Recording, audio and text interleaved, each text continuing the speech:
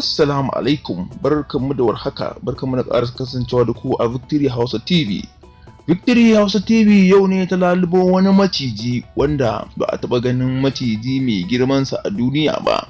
Macijin da yake iya haɗe kada mai girma kamar irin girman mota. Macijin nan ya fi kowane maciji girma a duniya, tsawo da kuma tsawon shekaru.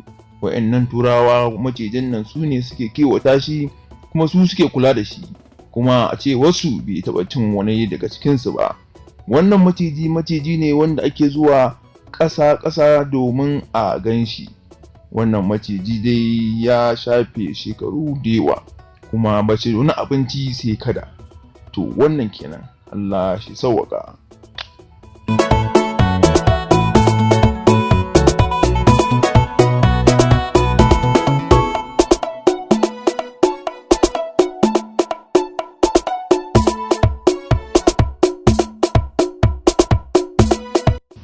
Ku danna subscribe sannan ku danna ƙararrawar sanarwa da zarar mun sa sababbin shirye-shiryenmu.